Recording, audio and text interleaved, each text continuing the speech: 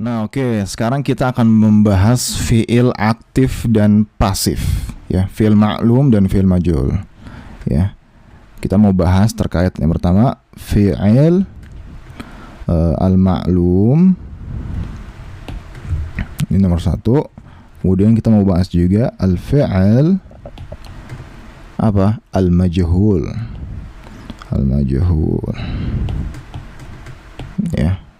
Fi'il al-majhul. Ya. Ini maklum ini maksudnya kata kerja aktif. Ya. Kalau ini kata kerja pasif. Oke. Nah, ini sebenarnya gampang banget ya. Teman-teman juga pasti udah sering nih belajar bahasa Indonesia. Kita udah sering lihat kalimat-kalimat. Misalnya gini, kata kerja aktif misalnya. Misal, kalau bahasa Indonesia kita biasa bilang gimana sih? Ya, kalau bahasa Indonesia kita biasa bilang gini kan. Misalnya Budi memukul Supratman, misal gitu. Budi memukul Supratman. Ini contoh yang kata kerja aktif ya. Nah, kalau pasifnya gimana? Supratman dipukul Budi, gitu ya. Kita udah familiar banget nih, udah biasa banget ya. Jadi kalau melihat jadi dilihat, memukul jadi dipukul, ya, membersihkan jadi dibersihkan dan sebagainya. Gitu ya. Ini contoh yang aktif, ini contoh yang pasif. Nah, sekarang pertanyaannya, kalau di bahasa Arab gimana? Kayak di bahasa Indonesia nggak? Nah, sayangnya kalau di bahasa Arab ini ada perbedaan ya. Kalau di bahasa Arab subjeknya ini ya, dia nggak boleh dimunculin kalau di fi'il majhul ya. Kalau di fi'il majhul, kata kerja pasif ya. Sekarang kita lagi ngomongin yang majhul ya. Kata kerja pasif di bahasa Arab, subjeknya ini ya, pelakunya ini nggak boleh dimunculin. Kalau di Indonesia kan boleh ya. Supratman dipukul Budi. Siapa yang memukul Supratman? Si Budi. Siapa pelakunya? Ya si Budi. Gitu. Nah, kalau di bahasa Arab, si pelaku, subjek ini nggak boleh dimunculin. Si Budi ini nggak boleh dimunculin. Jadi kalau kita mau bilang di bahasa Arab ya, kata kerja pasif, ya udah kita bilangnya Supratman dipukul. Udah, titik. Gitu. Nah, Budinya mana? Budinya nggak ada, diilangin gitu. Karena nggak boleh di bahasa Arab. Kalimat pasif tidak boleh memunculkan subjek pelaku gitu ya, gitu. Itu kaidahnya di bahasa Arab. Nah, coba kalau kita bahasa Arabin deh. Kalau Supratman dan Budi kan ini nama-nama Indonesia ya. Coba kalau kita pakai nama bahasa Arab. Misalnya kalau kalimat kata kerja aktif misalnya Doroba Zaidun Bakron ya. Doroba Zaidun Bakron. Ini kata kerja aktif. Doroba Zaidun Bakron. Zaid telah memukul Bakar. Ya.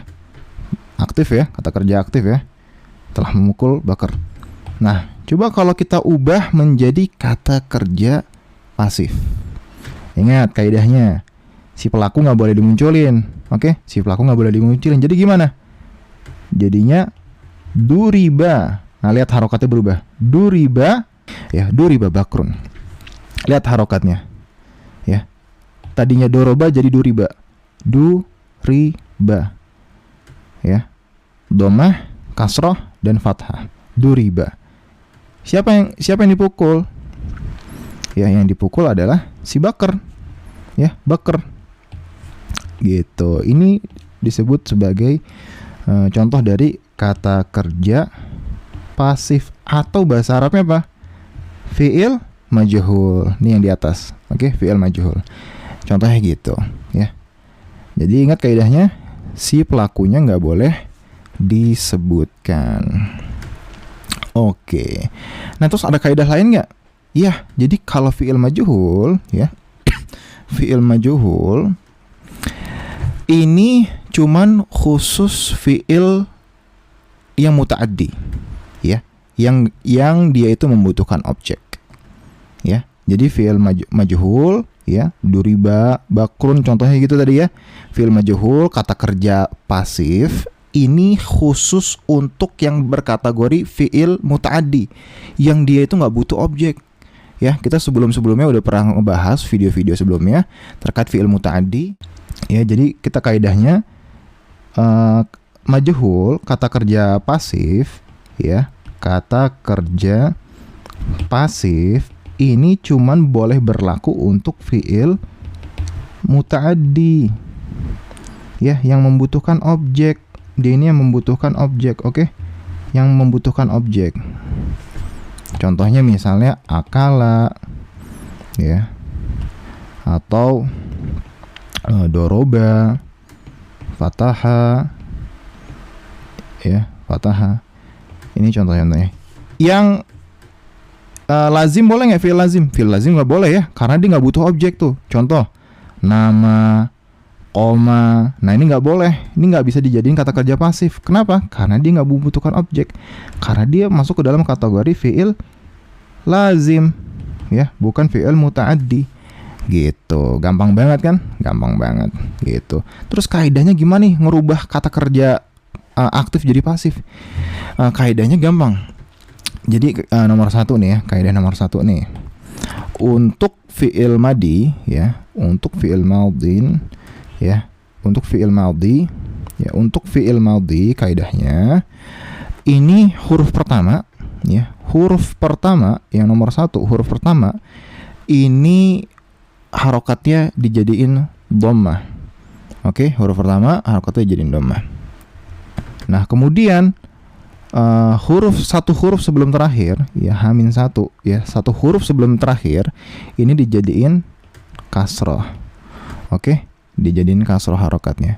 Contoh misalnya kita mau bilang doroba, telah memukul, kita ubah jadi duriba.